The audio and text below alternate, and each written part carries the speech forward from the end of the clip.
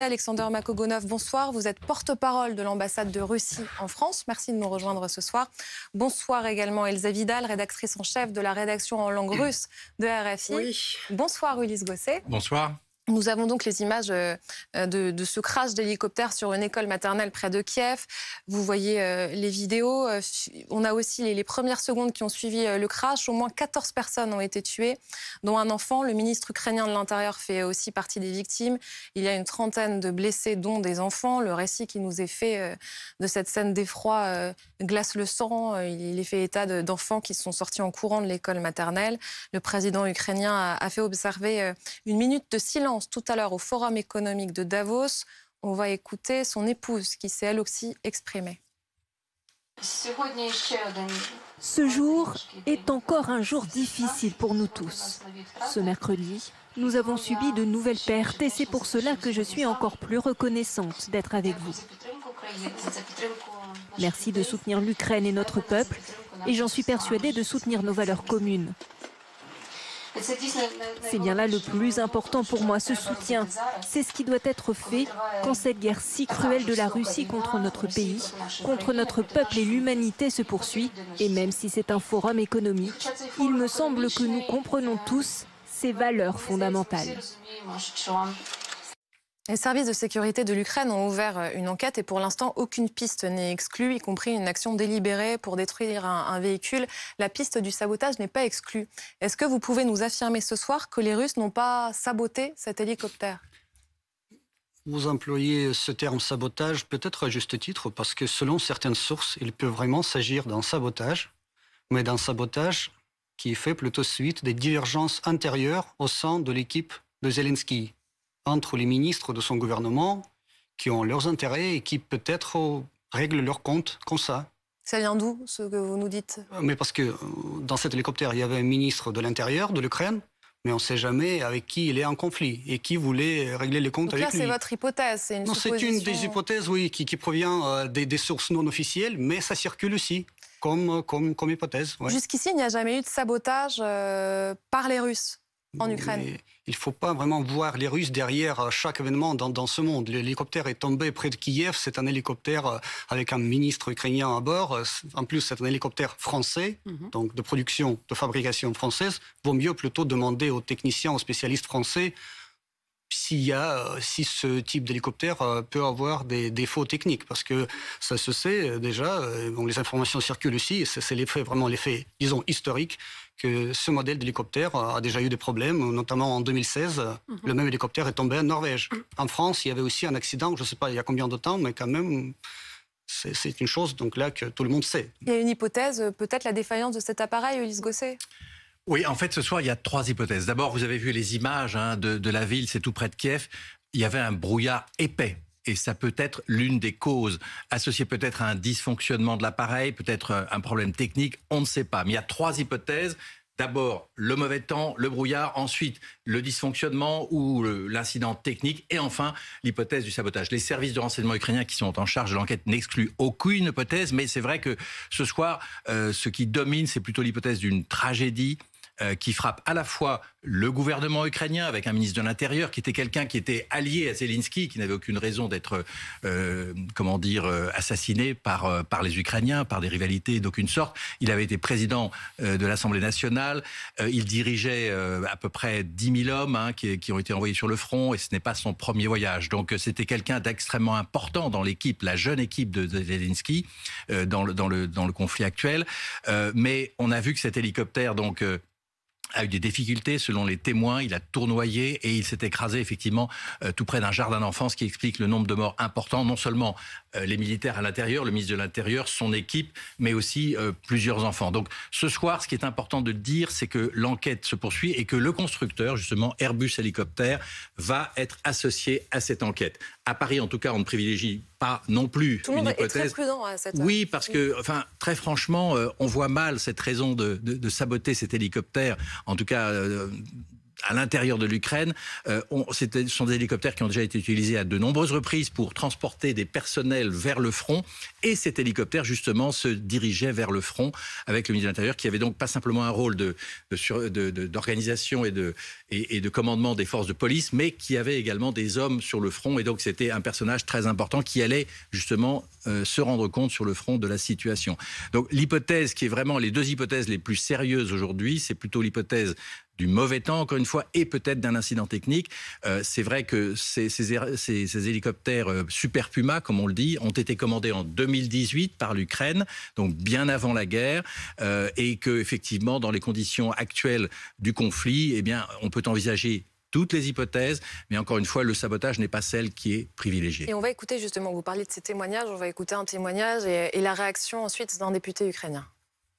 Je pense que la version de l'attaque terroriste de la Russie contre cet hélicoptère est aussi très, très possible, malheureusement. Mais je ne peux vous dire pour 100%, pour le moment, nous devons faire l'investigation, mais c'est une grande tragédie pour notre pays. Alors, c'est ce député qui accuse directement les Russes. Ce qui était beaucoup plus intéressant, c'est le témoignage que je voulais vous diffuser et on l'écoutera, on essaye de le retrouver.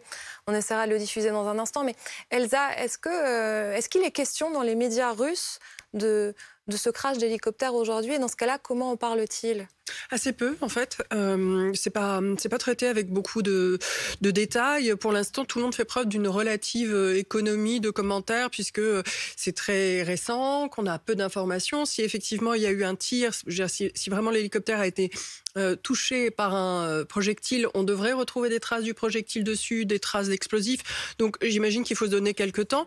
Je pense qu'il y a quand même une forme de retenue, parce qu'on a vu dans les cas précédents, quand il y avait eu des missiles tombés du côté de la frontière polonaise notamment, qu'il fallait être très prudent du côté ukrainien comme européen, comme russe. Donc je crois que pour l'instant, tout le monde fait preuve d'une très grande retenue à ce sujet.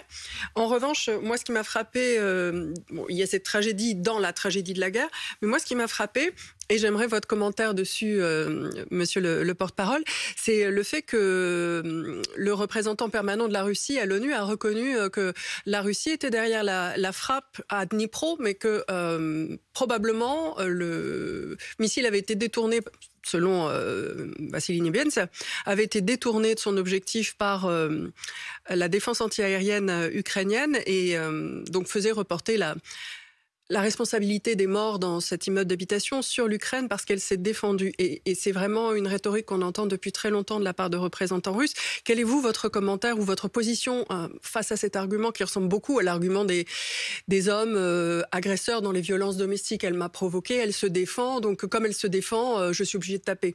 Bon, cette situation n'a rien à voir avec les violences domestiques. Tout est clair là-dessus.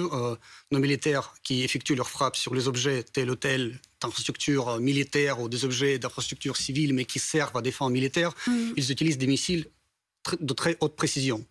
Donc là, ces missiles, lorsqu'ils sont lancés, ils atteignent toujours leurs objectifs. Donc là, le défaut peut être 1 ou 2 mètres, mais pas des kilomètres. Donc là, lorsque les Ukrainiens abattent ces missiles qui volent justement vers leurs objectifs, ça produit un effet que vous avez vu, donc ça tombe sur les bâtiments résidentiels, dans les quartiers résidentiels.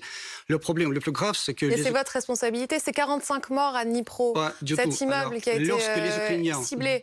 C'est bien la responsabilité des Russes. Le missile vient d'où? Alors, lorsque les forces armées ukrainiennes déploient, contrairement à toutes les normes du droit humanitaire international, ils déploient les armements comme tels, les éléments du système antiaérien dans les quartiers résidentiels pour les camoufler, pour les cacher, je ne sais pas, parce que ce sera peut-être moins détectable par les systèmes russes. Et lorsqu'ils les utilisent depuis les quartiers résidentiels, finalement, ça tombe sur les immeubles.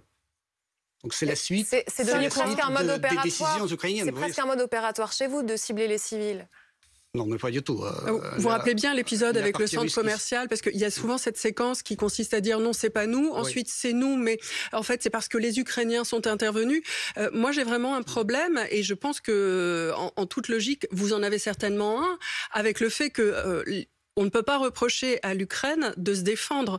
Les tirs viennent de la Russie, l'agression vient de la Russie. Donc quand bien même l'Ukraine enfreindrait le droit international en plaçant des unités de défense à proximité de logements civils, comment expliquer que la Russie, qui veut être une grande puissance et qui a des obligations en ce sens, maintienne ce type de stratégie et veuille dire qu'elle défend les populations alors qu'elle tire sur des infrastructures civiles, ce que les Ukrainiens n'ont jamais fait encore. Ah, c'est vrai. Donc là, tout ce qui se passe à Donetsk chaque jour, les frappes sur Donetsk... Non, je parlais du territoire russe, pas du territoire annexé. Écoutez, mais non, ça c'est déjà le territoire russe de jure et de facto, parce que le Donetsk, c'est une ville russe peuplée par des Russes, et donc là, c'est la Russie. Donc là, ils effectuent ces frappes. Non, c'est une annexion.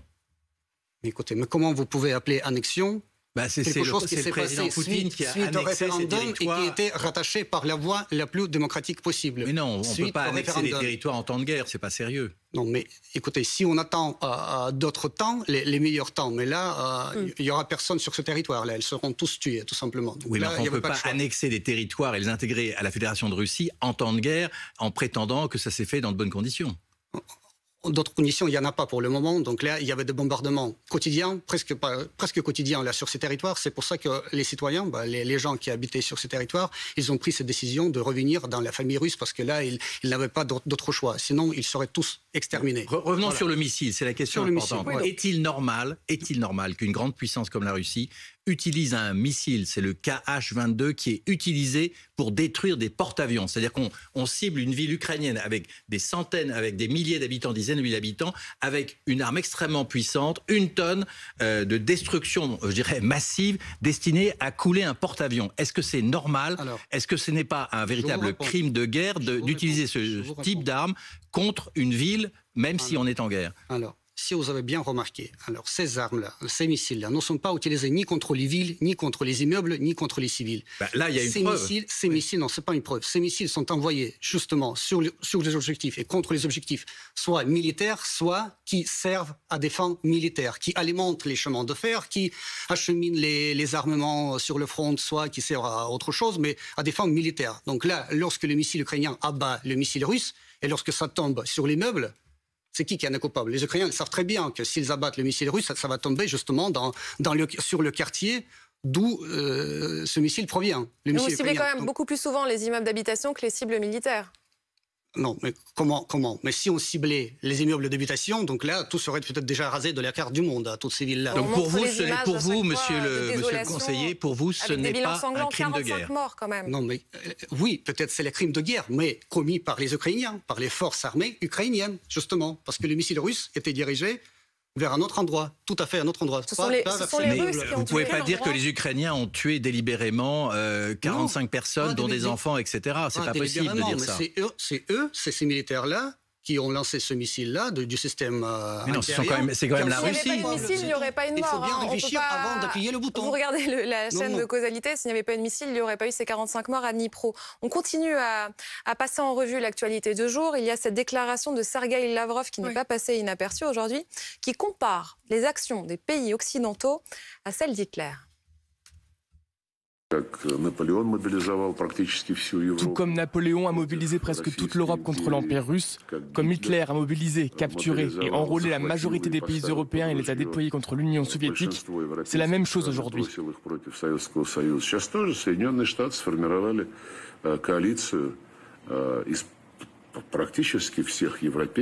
Les États-Unis ont créé une coalition qui comprend presque toute l'Europe, avec les membres de l'OTAN et les membres de l'Union européenne. En utilisant l'Ukraine, ils mènent une guerre contre notre pays avec la même tâche, la solution finale à la question russe. Tout comme Hitler voulait une solution finale à la question juive. Oui, je vais quand même redire ce qu'il dit parce que on a quand même du mal à l'entendre. À propos des Occidentaux, leur tâche est la même, la solution finale à la question russe, tout comme Hitler voulait résoudre la question juive. Désormais, les dirigeants occidentaux disent sans ambiguïté que la Russie doit subir une défaite stratégique. C'est le chef de la diplomatie russe quand même qui dit cela. Est-ce qu'il a perdu le sens des mots, le sens de l'histoire? C'est justement le sens de l'histoire qui est évoqué.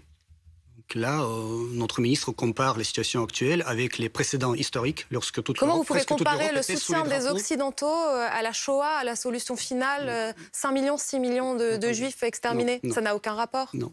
vu depuis la Russie, la situation se présente comme telle. On compare la situation actuelle avec tout ce que, avec les épisodes historiques que nous avons vécus au XIXe siècle, lorsque presque toute l'Europe était réunie sous les drapeaux de Napoléon, ou avec l'histoire du XXe siècle, lorsque presque toute l'Europe était réunie sous les drapeaux d'Hitler contre la Russie. Donc là, maintenant, c'est presque la même coalition pan-européenne, sous un même drapeau, on ne sait pas lequel, mais en tout cas sous un même drapeau contre la Russie. Donc là, cette comparaison est tout à fait déplacée, logique. parce que la solution finale, la Russie n'est pas attaquée. La Russie n'a jamais été attaquée depuis 91, en tout cas, par des membres de l'OTAN ou par des pays occidentaux. Ou alors, donnez-moi un exemple. Mais écoutez, regardez ce qui se passe en ce moment. Alors, tout le bloc de l'OTAN consolidé, alors uni contre la Russie. Non, avec l'Ukraine, pas contre la Russie, justement. Mais c'est tout ce qui se passe en ce moment en Ukraine. L'Ukraine, c'est juste le terrain. Attendez, vous dites que c'est une guerre contre la Russie ? Pardon ? Vous dites les Occidentaux mènent une guerre contre la Russie ? Pour le moment, c'est une guerre hybride. C'est une forme hybride contre la Russie, c'est-à-dire une guerre diplomatique, politique, économique, médiatique. La guerre par Les Occidentaux sont des belligérants, selon vous ? Sont en guerre contre la Russie ? Belligérants ou pas belligérants, c'est à vous de juger. Mais de fait, vous ne pouvez pas dire les deux en même temps. Ou on est en guerre contre vous, ou on ne l'est pas. C'est une guerre non déclarée. Mais vous voyez ce qui se passe avec les armements que vous fournissez encore et encore. Là, maintenant, il s'agit des armements lourds à caractère offensif. Mais alors, comment vous pouvez l'appeler ? Guerre ou pas guerre, je ne sais pas, à vous de trouver écoutez, un bon terme approprié. Nous ne sommes pas présents sur le terrain, nous ne menons pas d'offensive, nous ne frappons pas le territoire russe. La Russie frappe le territoire ukrainien. Pour l'instant, l'OTAN, l'Europe et la Russie ne sont pas en guerre, c'est vrai. Mais la comparaison avec la Shoah est particulièrement gênante parce qu'on parle quand même de 6 millions de morts. Quels Russes sont attaqués en ce moment ? Je ne comprends pas, en fait. Et j'aimerais rappeler une chose. Il me semble que l'allié des nazis, c'était l'Union soviétique, le pacte Ribbentrop-Molotov. Ah, l'allié des nazis, c'est l'allié des nazis qui a vaincu les nazis, c'est ça que vous voulez dire ? Oui, vous l'avez fait quand vous avez été attaqué. Jusque-là, vous avez conclu. Avant cela, je finis ma phrase. Avant cela, vous avez conclu un protocole secret. Oui, en 1945, non, vous ne l'avez pas. Nous étions à Berlin, c'est ça ? Oui, parce que vous avez été attaqué. Avant, vous nous avez vendus et vous avez agressé la Finlande. Mais écoutez, vous voulez que je rappelle tous les pactes que vous avez conclus Le protocole secret avec l'Allemagne nazie, il n'y en a pas d'autres, il n'y a que les vôtres. En cédant la Tchécoslovaquie à Hitler, en 68, est-ce que vous reprenez à votre compte... Avec nos tanks, la Tchécoslovaquie, vos tanks. Est-ce que vous reprenez à votre compte cette comparaison, ce parallèle qui est fait entre la Shoah, c'est-à-dire un génocide contre les Juifs, et ce qui se passe en Ukraine, avec le soutien des Occidentaux qui, effectivement, aident l'Ukraine à protéger son territoire et à regagner son indépendance et sa souveraineté? Est-ce que vous confirmez, est-ce que vous prenez à votre compte ce parallèle entre ce qui s'est passé pendant la Seconde Guerre mondiale et ce qui se passe aujourd'hui?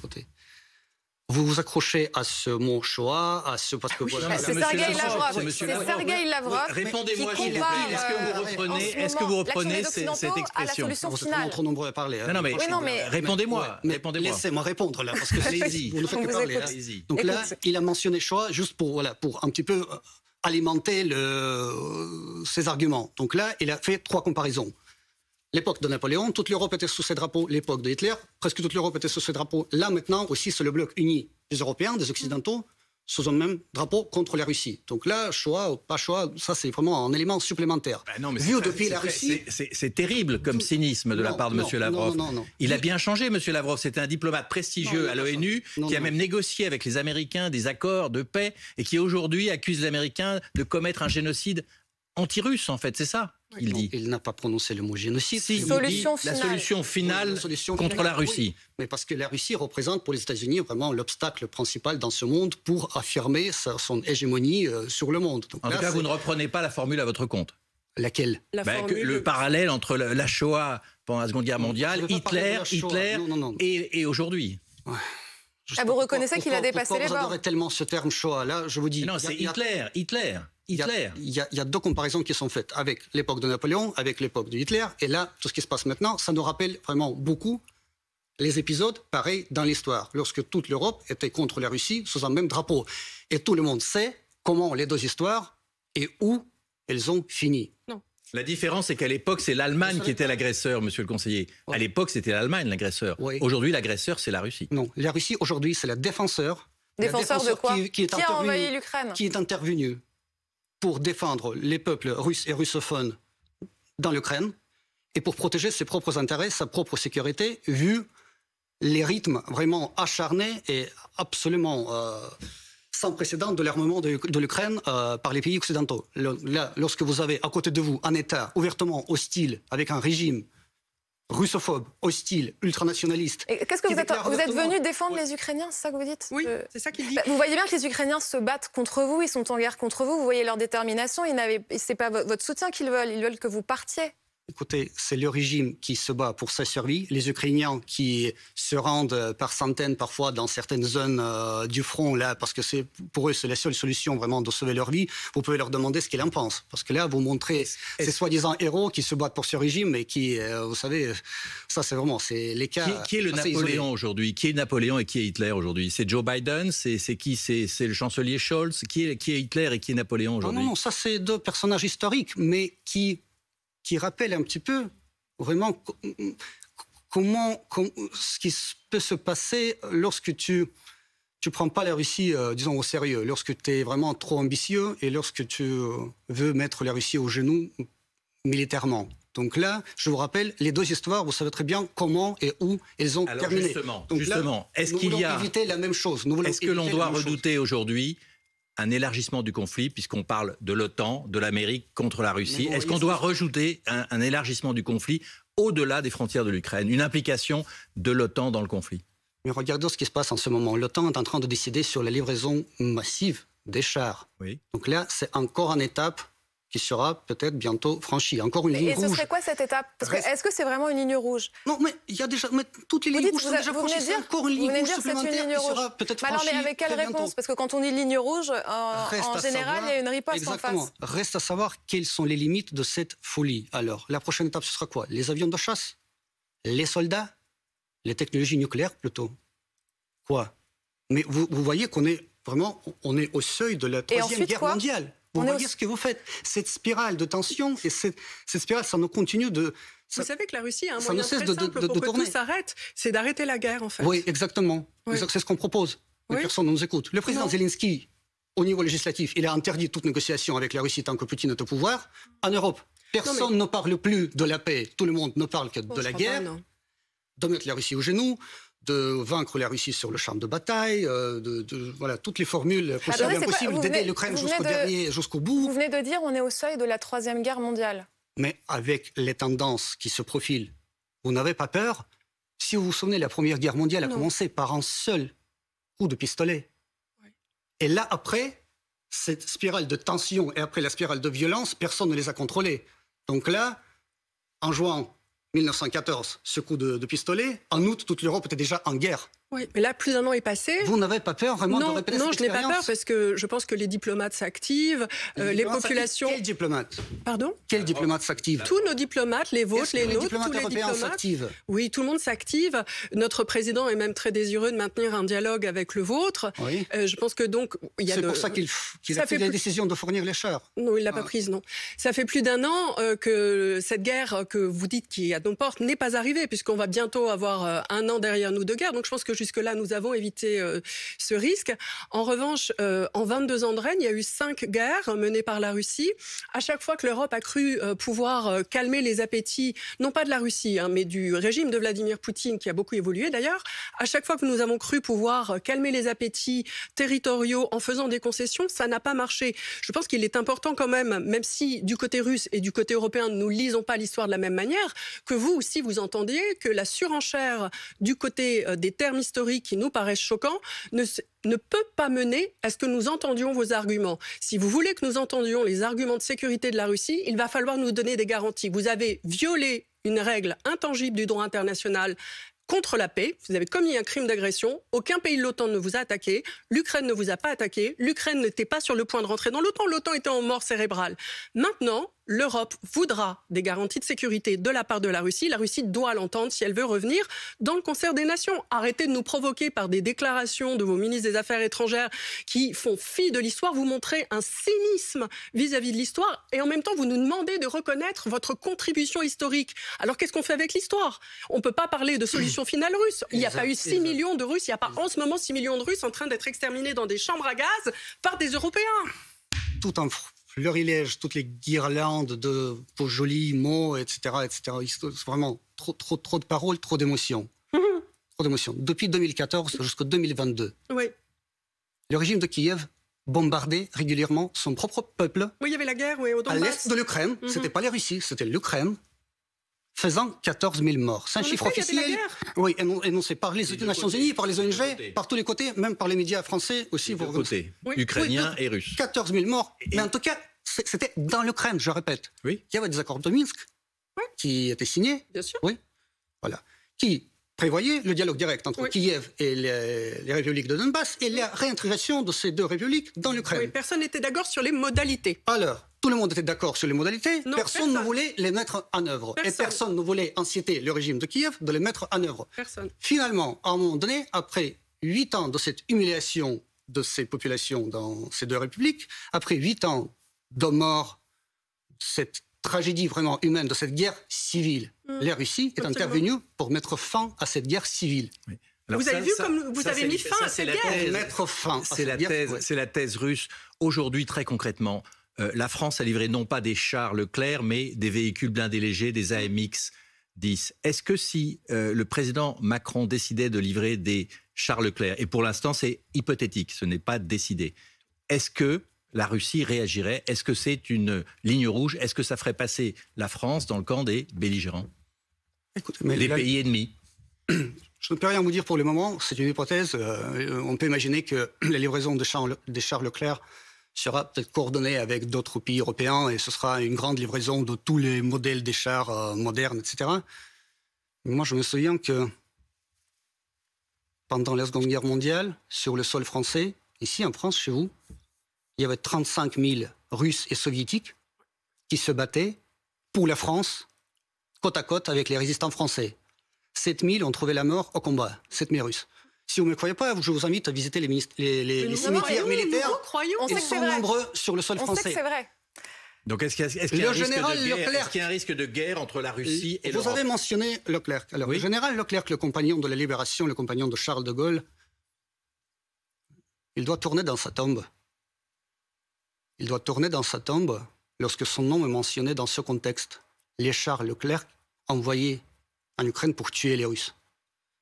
C'est incroyable, cette tournure de l'histoire. Oui, sauf qu'à l'époque, c'était les Soviétiques, c'était pas les Russes. C'était les Soviétiques, pas les Russes. Et vous n'êtes pas l'Union soviétique, vous êtes la Russie. Et j'aimerais bien comprendre à quel moment s'arrête l'histoire soviétique et l'histoire russe. Elsa, pour vous, uniquement, exclusivement, la Russie reste toujours la même. C'est la France qui a beaucoup changé. Non, ça c'est le nouveau concept historique forgé par Surkov depuis 2013 où on fait un grand trait d'égalité entre la Russie impériale, la Russie bolchevique, la Russie soviétique aujourd'hui. Arrêtez votre propagande. Quand vous commencerez, je ferai un petit effort pour arrêter de vous rappeler l'histoire. Est-ce qu'il y a un moment, monsieur le conseiller, où effectivement les livraisons d'armes peuvent devenir, du point de vue russe, un acte de guerre, un acte de pays ennemi? Est-ce que la France peut devenir un ennemi si elle livre des chars Leclerc, comme l'Allemagne ou un autre pays européen? Tout dépend de l'évolution de la situation. Vous savez, c'est pour ça que je vous ai rappelé le cas de la Première Guerre mondiale, parce que lorsque cette spirale de folie tourne, c'est une chose incontrôlable. Donc là, on ne sait jamais quelle sera la prochaine étape. Les soldats... Oui, mais ce n'est pas clair. Vous ne fixez pas de ligne rouge. Et c'est pourquoi, au début, les Occidentaux se mettaient des lignes rouges qui n'en étaient pas. Il n'y a pas de soldats sur le sol ukrainien. Oui, c'est pas la prochaine étape. Livrer seulement des armes, c'était déjà trop. Et on faisait la différence entre armes lourdes, armes légères. Finalement, ce n'était pas une ligne rouge. Il y a eu l'histoire des chars, chars d'assaut ou pas chars d'assaut. Les Occidentaux y réfléchissent. On parlera d'ailleurs l'hypothèse Charles Leclerc, en quoi elle se précise aujourd'hui.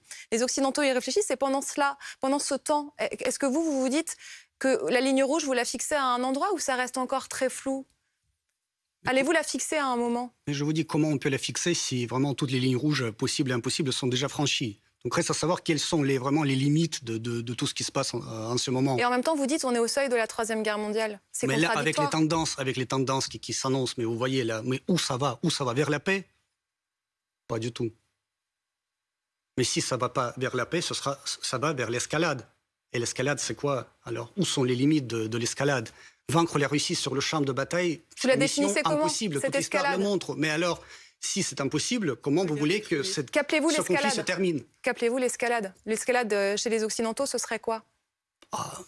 Voilà, chers amis occidentaux, répondez-moi. Ce sera quoi alors l'escalade? Vous allez vous battre jusqu'au dernier Ukrainien pour qu'ils finissent comme des cartouches, et après, ce sera quoi? Après le dernier Ukrainien, ce sera qui? Alors, les premiers Polonais, les premiers qui? L'escalade, c'est une chose absolue qui n'a pas de... C'est pour ça que ça s'appelle l'escalade. Ça n'a pas de contrôle. Ça n'a pas de logique parfois. Ça monte et puis ça éclate. Et si la Russie perdait la guerre? Comme en Afghanistan. Et si la Russie était obligée de se retirer d'Ukraine? Écoutez, mais comment on peut se retirer? Ce sont nos territoires. Nous sommes déjà sur nos territoires. On ne peut pas céder ces territoires. C'est impossible. Ce ne sont pas vos territoires. Non, mais de jure, c'est nos territoires. L'Ukraine est un territoire ukrainien. Ensuite, on pourrait faire le débat pendant des heures et des heures sur l'annexion du territoire en pleine guerre. Mais en tout cas, sachez que vaincre la Russie sur le champ de combat est impossible. Toute l'histoire le montre. Donc là, pourquoi vous avez perdu en Afghanistan, vous avez perdu la guerre de Crimée.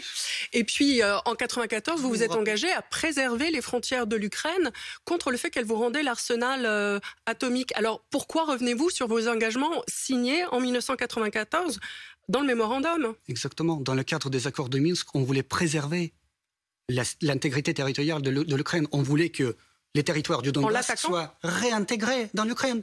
8 ans, personne n'a rien fait. Et donc vous attaquez pour rétablir la paix. Vous avez fait quoi pour que ces accords de Minsk soient respectés? Moi, j'en ai parlé. Je me suis l'Union européenne, l'OTAN, les États-Unis, d'autres États. Vous avez fait quoi? Revenons à la situation aujourd'hui, Monsieur Makaganov. Aujourd'hui, la Russie a subi un certain nombre de défaites. Elle a de lourdes pertes. On parle maintenant de plus de 100 000 morts côté russe.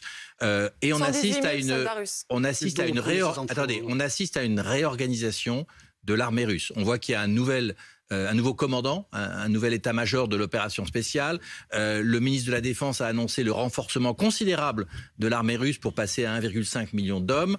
Qu'est-ce que cela veut dire? Est-ce que vous préparez une grande offensive? Et qu'est-ce que cela signifie, cette réorganisation de l'armée russe? Mais l'armée russe s'adapte à la nouvelle donne. À la nouvelle donne actuelle, à la nouvelle donne historique. Donc là, on adapte nos effectifs. Donc là, si la situation exige d'avoir une armée plus nombreuse et plus forte, je veux dire, sur le plan d'équipement et autres. Donc là, on le fait. On s'adapte. Et lire entre les lignes, essayer de lire entre les lignes l'envie de la partie russe, pour une nouvelle offensive, etc. Mais ça, c'est disons, les fantasmes. Mais parce que le renforcement de l'armée russe, c'est prévu pour aller jusqu'en 2026. Ça veut dire que cette guerre, elle va durer au moins 1 an, 2 ans, 3 ans de plus. C'est une guerre sans fin que prépare la Russie. Ce conflit peut terminer demain, si vous voulez, avec une volonté politique pour la paix de la part du régime de Kiev d'un côté, de ses sponsors occidentaux de l'autre. La Russie a tout dit. Le président Poutine lui-même, par sa propre voix, a appelé le président Zelensky à revenir à la table de négociation. Mais qu'est-ce qu'il a fait, le président Zelensky? Il a signé un décret qui interdit toute négociation avec la Russie. Comment vous voulez la solution pacifique à ce conflit? Donc c'est une guerre sans fin? Un conflit gelé comme entre les deux Corées? Non. Une partition de l'Ukraine? Non, pourquoi? Non. Mais la fin, en tout cas, la fin de ce conflit est envisageable. Cette fin sera marquée par la victoire de notre pays. C'est juste la question du temps. De quel temps? Je ne peux pas vous le dire pour le moment, mais en tout cas... On va écouter justement Sergueï Lavrov, décidément, et il se projetait sur la fin de la guerre. Un jour, cette guerre sera terminée et nous défendrons notre vérité quoi qu'il arrive. Mais comment vivrons-nous après cela?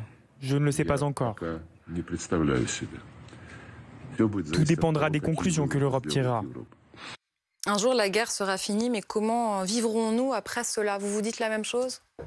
Oui, mais il faut voir, tout dépendra vraiment de beaucoup d'éléments. Quelle sera l'Ukraine? Quel sera l'état des relations internationales? Vous vous projetez sur la fin de la guerre? Vous l'imaginez? Mais pour le moment, c'est très difficile vraiment. Quels seront le contour de cette fin du conflit? Vous voyez, comment il va se régler, comment il va terminer? Parce que, vous savez, il y a toujours 2 solutions. Nous avons des objectifs dans cette opération militaire spéciale. Nous devons les atteindre parce que là, on n'a pas de choix. Au prix de combien de vies? On parlait de ces 118 000 soldats russes abattus depuis février, selon un comptage qui est fait par Kiev. Je vous le concède, nous n'avons pas de comptage fiable à cette heure. On pourrait parler de cette première victoire que vous revendiquez à Soledar, par exemple. Et au prix de combien de vies? C'est la stratégie du rouleau compresseur russe. La ville est jonchée de cadavres. C'est un mouroir. Est-ce que vous envisagez d'ailleurs une prochaine vague de mobilisation? Est-ce qu'à un moment, vous posez juste la question de ces pertes humaines? Écoutez, mais nous sommes en état d'un conflit militaire, malheureusement. Et ce qui est vraiment regrettable, c'est que nous sommes dans un état d'un conflit entre deux peuples frères, si vous voulez, entre deux parties du même peuple. Ce conflit qui était provoqué et alimenté de l'extérieur, et là maintenant, c'est vraiment atroce de voir comment les frères slaves s'entretuent sur le champ de combat. Parce que quelqu'un veut tout simplement utiliser cette Ukraine comme le terrain de jeu géopolitique. Vous pouvez imaginer de qui je parle. Et là, c'est ce quelqu'un qui va en tirer tout le profit de ce conflit. Et c'est ce quelqu'un qui s'intéresse à ce que ce conflit dure peut-être éternellement. Pourquoi pas? Mais quand on parle de Soledar, par exemple, cette victoire que vous revendiquez, c'est la première depuis 6 mois, c'est la victoire de qui? C'est la victoire de Prigojine, surtout. C'est pas l'armée russe qui a gagné, qui a remporté cette ville. On le voit d'ailleurs, c'est le drapeau de Wagner qui flotte à Soledar. Vous adorez tellement ce monsieur Prigojine, vous adorez tellement faire sa promotion là, dans tous les médias, mais il n'était pas le seul. Il faisait partie de toutes ces forces-là qui participait à cette opération de la libération. Donc là, il n'était pas le seul, en tout cas. Il faisait partie de toute cette